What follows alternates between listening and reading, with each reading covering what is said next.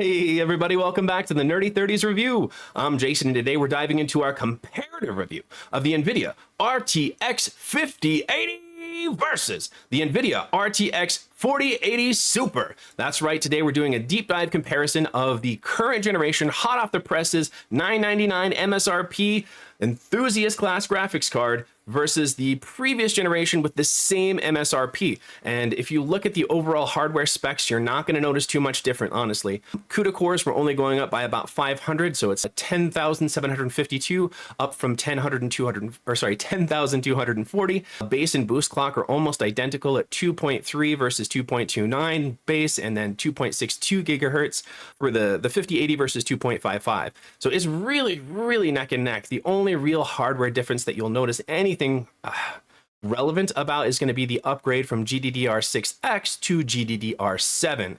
Now they're both 16 gigabytes, they're both 256-bit buses, so the only real noticeable difference, if you can call it noticeable, is going to be the memory clock itself, where you're going up to 30 gigabits per second versus 23 in the previous generation, and then the overall bandwidth, which is going to be about 960 gigabits per second versus 736 on the 4080 Super.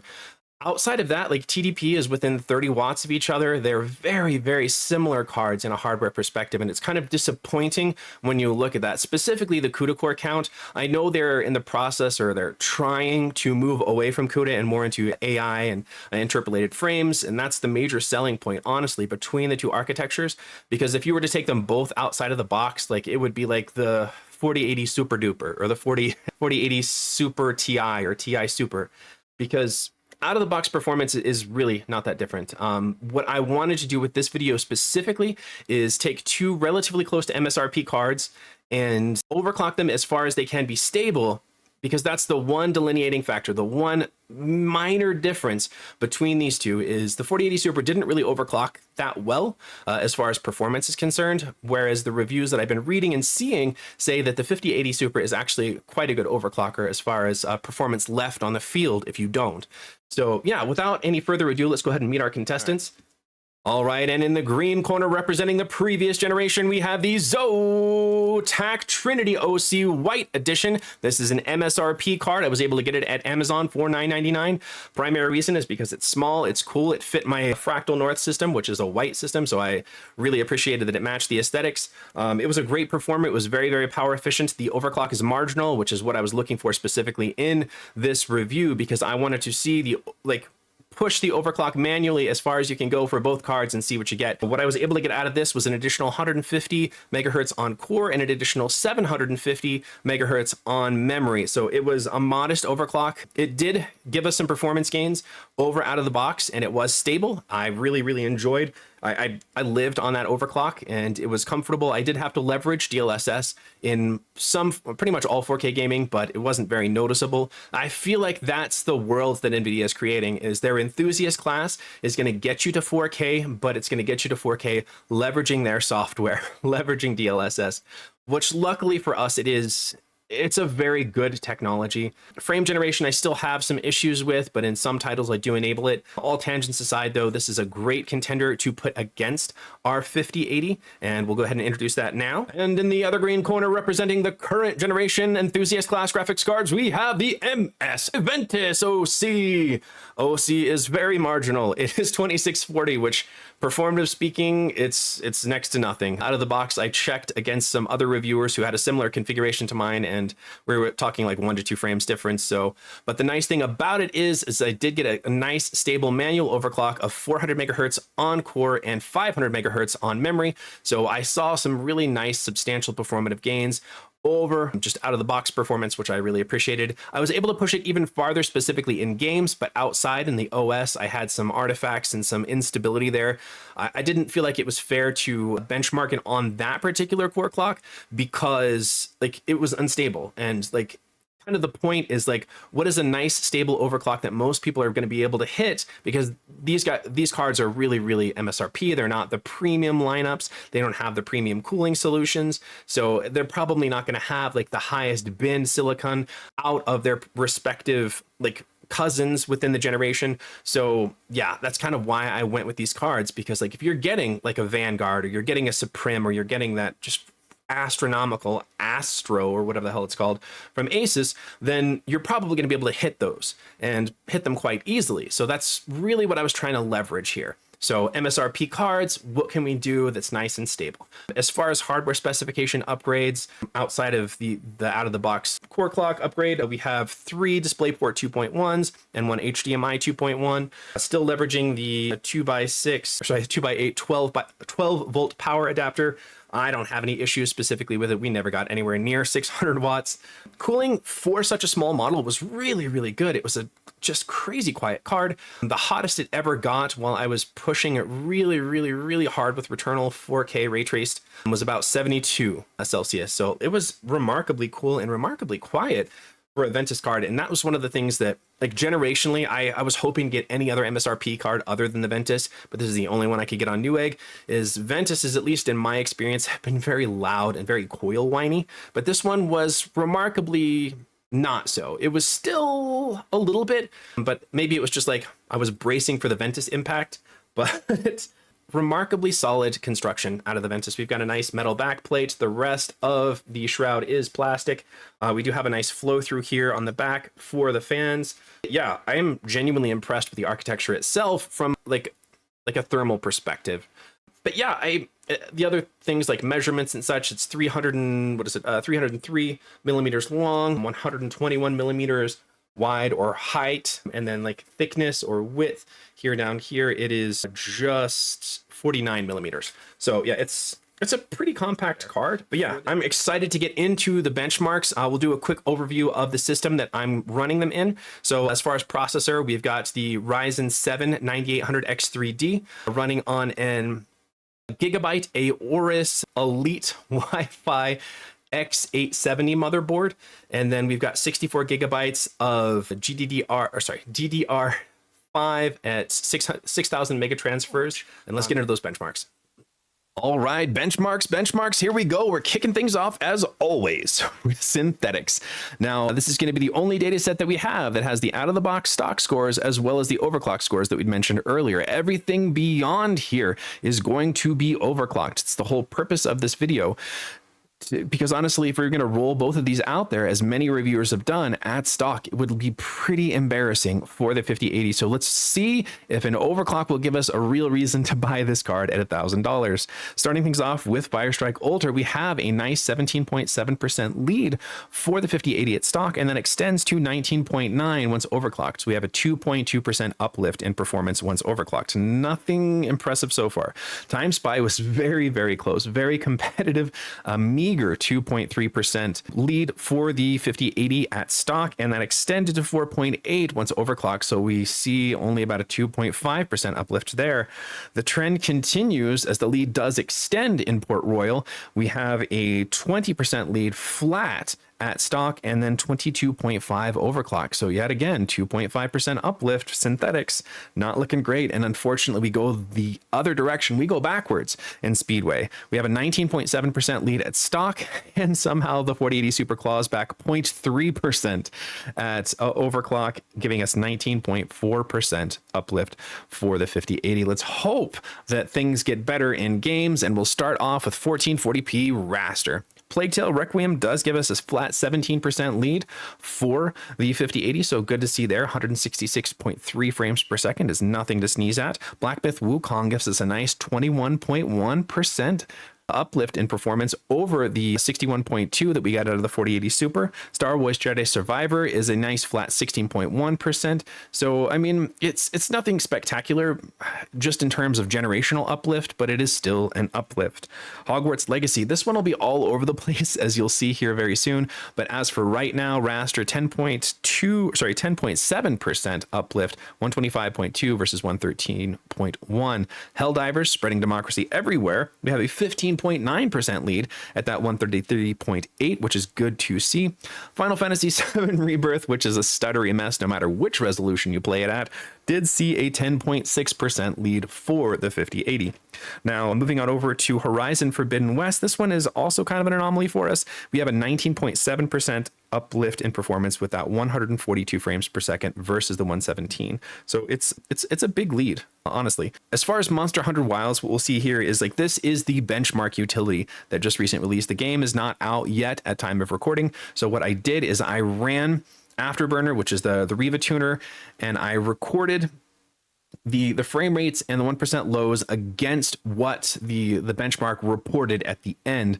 And then I did 3 separate runs comparing them and averaging basically all 12 entries across the board. And those are the averages that we see there. So we have a 12.9% lead for the 5080. And this is a game that's going to need some optimization in the future because it's not looking great to start, but I mean, that's Monster Hunter. Like, they'll patch it and it'll be fine. Returnal, we saw our biggest lead out of this particular run, and that will extend as we'll see. So this is 25.5% uplift with a whopping 168.6 frames per second at 1440p. Let's go ahead and move things on over to 4K and see how things shake out. We saw kind of similar results, 15.7%. So we lose a couple of percentages at 4K for Plague Tale Requiem at 89.2.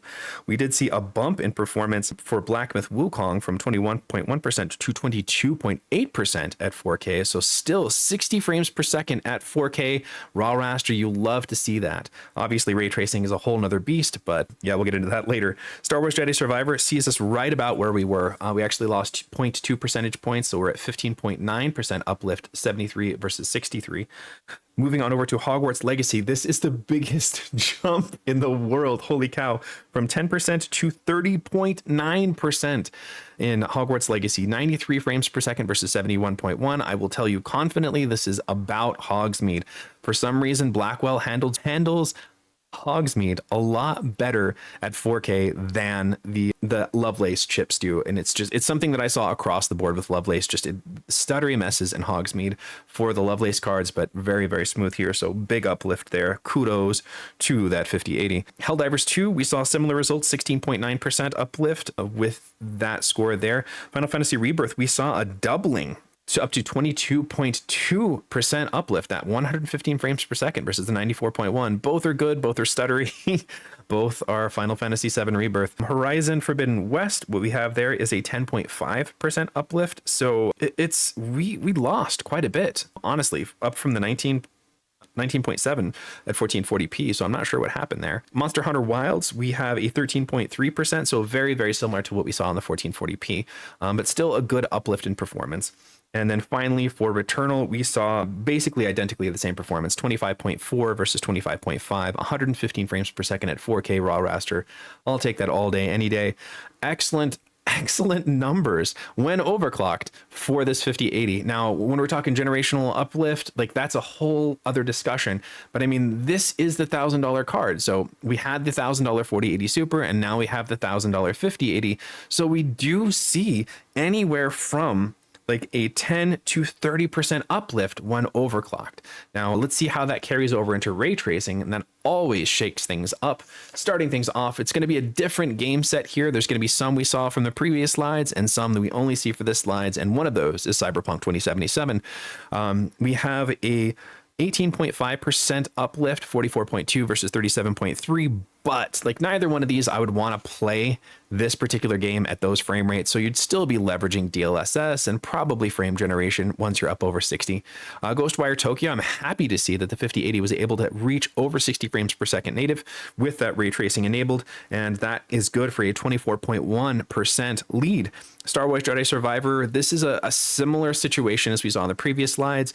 The ray tracing load is light, so what we're seeing is the raster performance uplift just showing through in ray tracing, not necessarily like any kind of substantial uplift in ray tracing performance. So 12.9, still substantial. Now the other one, the monster gain that we saw here, holy cow, we went from 10% to 30%. Now it ray traced 4K, 46.2%, 59.5 versus 40.7. That is the chart topper for this benchmark set. Congratulations 5080 on that.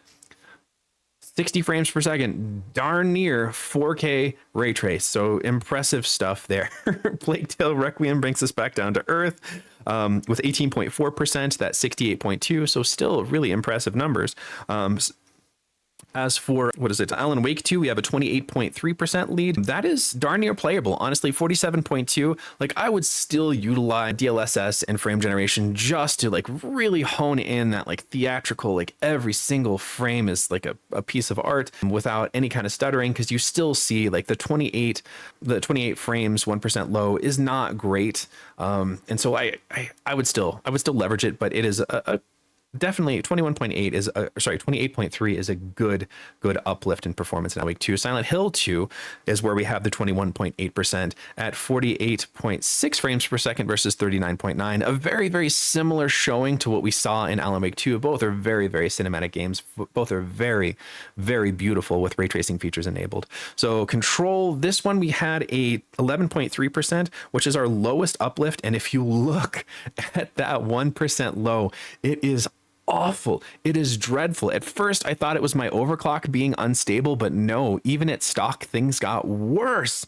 So if you want to run Control on your 5080, like disable ray tracing and your frame rates will stabilize. Something about Blackwell does not like Control right now. I think there were similar issues when Lovelace, when 4000 first launched. Correct me if I'm wrong there, but I think that's what I saw, and they had to patch out of it. But Returnal, we saw honestly disappointing scores because we had those monster 25% uplifts in raster, but once we incorporated ray tracing features, both high, we only see 11.7% in uplift, and that's not great. We lost ground once ray tracing was implemented. So overall, they're good uplifts in performance and ray tracing is concerned.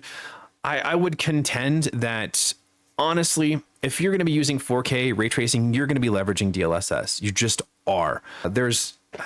You're not going to be playing just like Rasterized. You're not going to be playing native 4K ray tracing. And unfortunately, we're not there yet. I'm not even sure with the 5090 that we're there yet. And that's a shame. Maybe we'll get there someday, but we're not there today, and not with Blackwell. So the last thing we have to talk about is power draw and thermals. And the 5080 does keep it pretty tidy, but the 4080 Super is still just like the absolute king in wattage efficiency. So if we see here idle power consumption, we've got 7 additional watts out of the 5080, and in game, even with a 20 millisecond spikes, we didn't get as high as the average load of the 5080 at 338 versus the 334 spikes out of the 4080 Super. The 297 is a nice. I cannot overstate how impressed I was with the efficiency of the Lovelace cards, the 4070 and 4080 especially. Moving on over to temps and the core memory. So those are going to be the lower numbers, and the higher numbers are going to be our memory. So the light green there, 64 degrees Celsius for the cores on the 4080 Super, and then 68 Celsius on the cores of the 5080, and then 72 and 77 respectively on the memory. I do have to say the Ventus impressed, and the Ventus, I've had 3 or 4 Ventuses in my life, and they traditionally are just loud, clunky, poorly constructed graphics cards. They are just like, they're the reference, they're the afterthought of MSI, and this one was very quiet considering. I will say that the 4080 Super was still quieter and the fans didn't spin up nearly as fast. I should get like the fan curve data for you, and maybe like that'll be another video. I don't have it now. I just wanted to get this information out. But yeah, like both of these cards are like, they're not going to cause you any trouble. We'll just get on into those final thoughts and close out the video. All right. So wrapping things up, final thoughts. Obviously, we don't really have much to discuss in for as far as price is concerned, because they're both $999 MSRP cards. And honestly, if you were going to buy the 4080 Super at any given time, like, you're going to have to get a 5080 now anyway, because they've stopped production on the 4080 Super. You can still pick them up on the NVIDIA website as of today, but I imagine that stock is going to dry up relatively quickly. It's not a situation like we had last generation where there was just overages of the 3000 series. So honestly, it's going to be one of those like lateral upgrades, just kind of shifting on over to the 5080 because I can't get a 4080 Super. Power draw is largely comparable. They're both very efficient cards. Performative out of the box, as we previously stated, it's negligible. Overclocking it did give a substantial edge, and substantial is a difficult word to use in this situation, but a noticeable difference, I guess, towards the 5080. The architecture is brand new, and as GDDR7 gets leveraged better, I think we may see performance gains even further as driver optimizations do progress and mature. But I mean, honestly, you still can't help feeling but a little disappointed, even with the overclocks, which I'm excited, and I'm excited to get my hands on a more supreme graphics, like more like upper tier 5080, to see if I can push it even further for more frames. But honestly, then you're basically just investing money, like you're pouring more money to get what I'm imagining is just going to be marginal improvement in performance.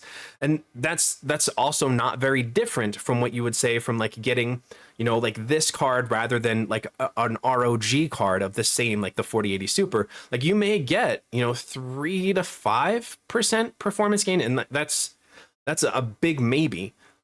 It's just, this is a fun card to play on. Like I enjoy both the 4080 Super and the 5080. Like I think they're both good graphics cards, but from a generational uplift perspective, it just left me feeling really disappointed.